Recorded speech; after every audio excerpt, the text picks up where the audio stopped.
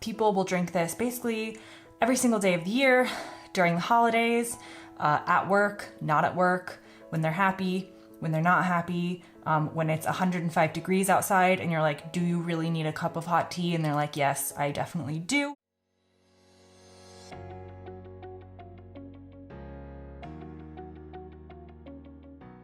Hey guys, welcome back to A Girl Gone London channel. Today I'm talking about one of the most true stereotypes about British people, which is that they love tea.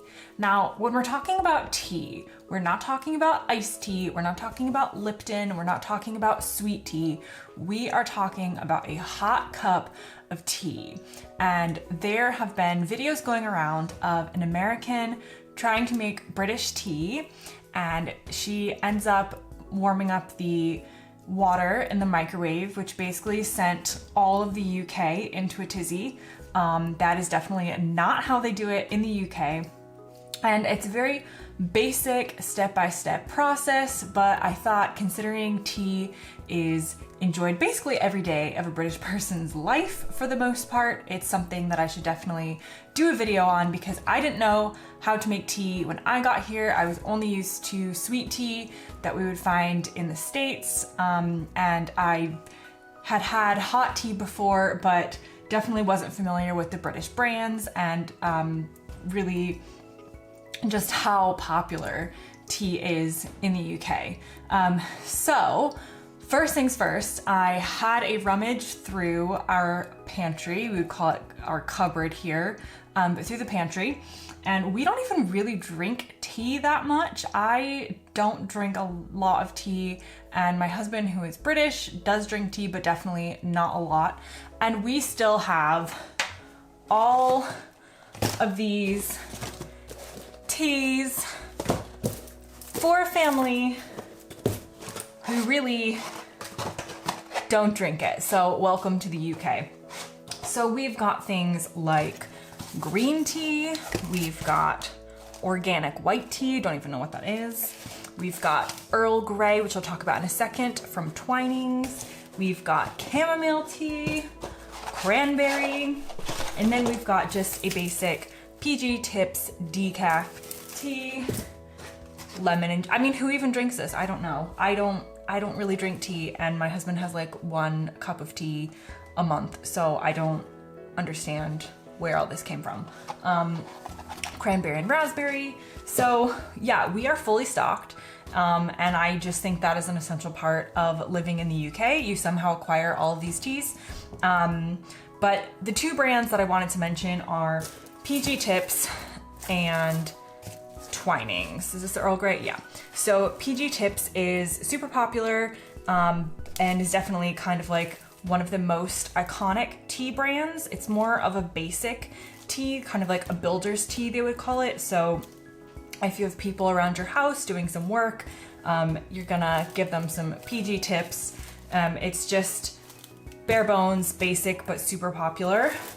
Then we have Twinings. So Twinings is another really popular British tea brand, and it's definitely the more upscale, fancy tea. You can even see how different the packaging is when you look at this Earl Grey and this PG Tips.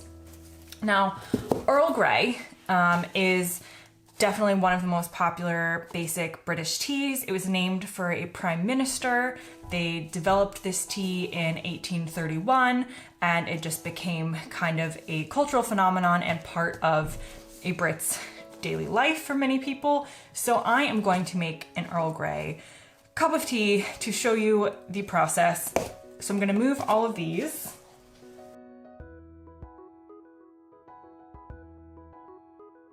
What you're gonna need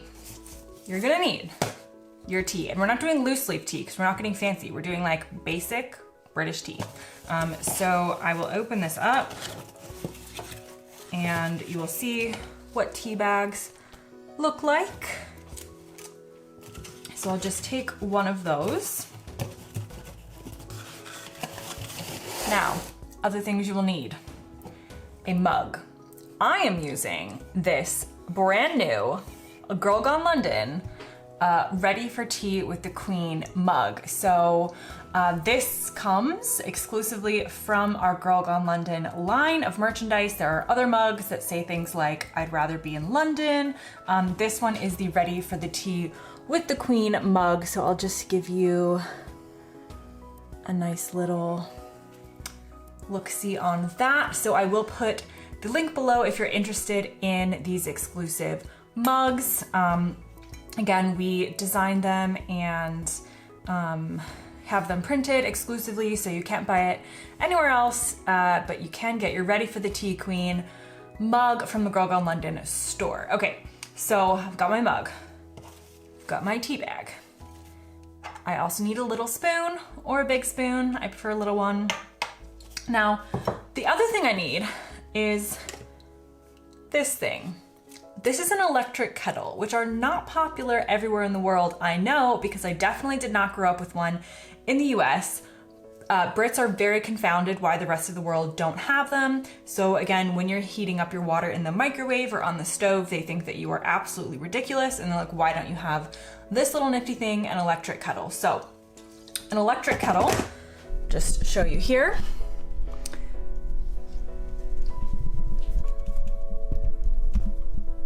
So it works by pressing this button. Well, first we have to fill it with water. So you would just take the top off and fill it with water.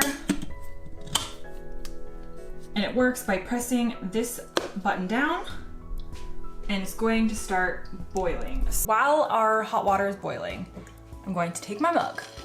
I'm going to take my tea bag. I'm going to put my tea bag in the mug.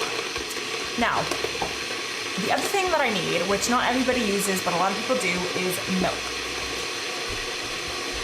So, I've got my milk. I've got my mug with the tea bag in it, and my water is boiling. So, once the water is finished boiling and this little lever will pop up to tell me so, I am then going to pour my water into this tea mug from the electric kettle.